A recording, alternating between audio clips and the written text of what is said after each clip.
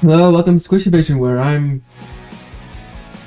I'm doing the introduction for a different video instead of the one I was meant to be doing. Hello, welcome to SquishiVision, where I'm reacting to Star Wars: The Bad Batch, Metamorphosis, and the Zilla Beast returns. So, I think we last saw the Zilla Beast in an episode that I had up here, but I closed down my window for no reason. In the Zilla Beast Strikes Back, which was a 2010 episode.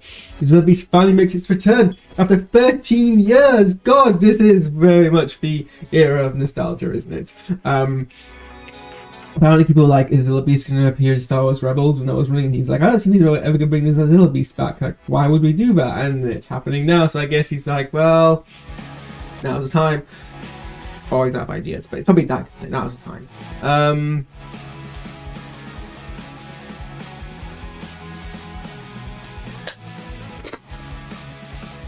Words.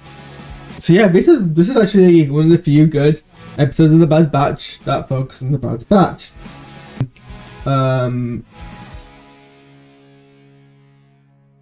Following from the last two episodes when I was stranded on the planet. Sorry, I'm very tired. Remember the last episode when we were stranded on a planet? They reluctantly agreed to do one last job for Sid, just as like a goodwill measure before they part ways.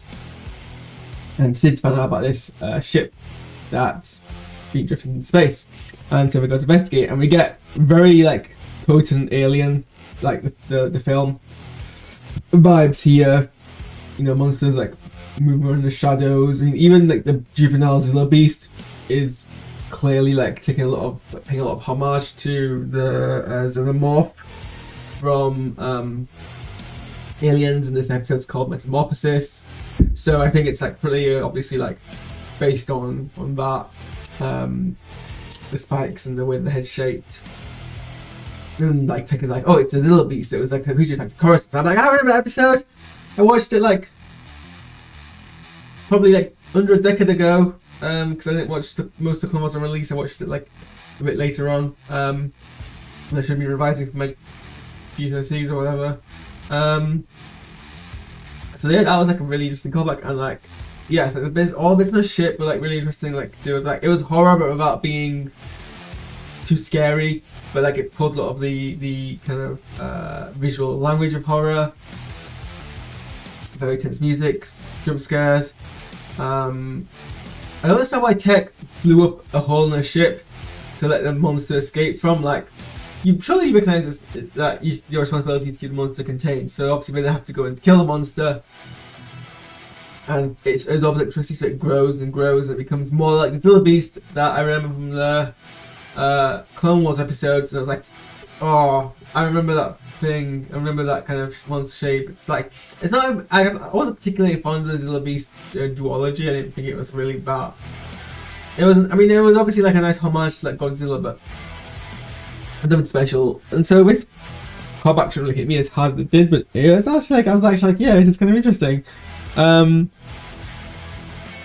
Or like this wasn't like how I was expecting, so it's like the kind of deep lore moment.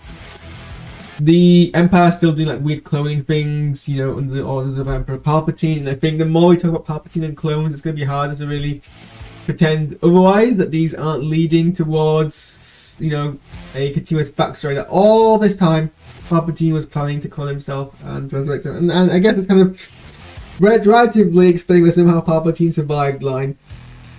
Probably years too late for that build-up, but okay, sure, we'll go with that. And like they're experimenting cloning the Zilla Beast. I'm not sure how that kind of feeds into Palpatine's cloning, like making like a force-sensitive body, but I guess he's just very fond of like cloning military assets. It's one of those episodes where the Bad Batch again doesn't actually quite win. They released the monster. They couldn't find anything that was salvageable.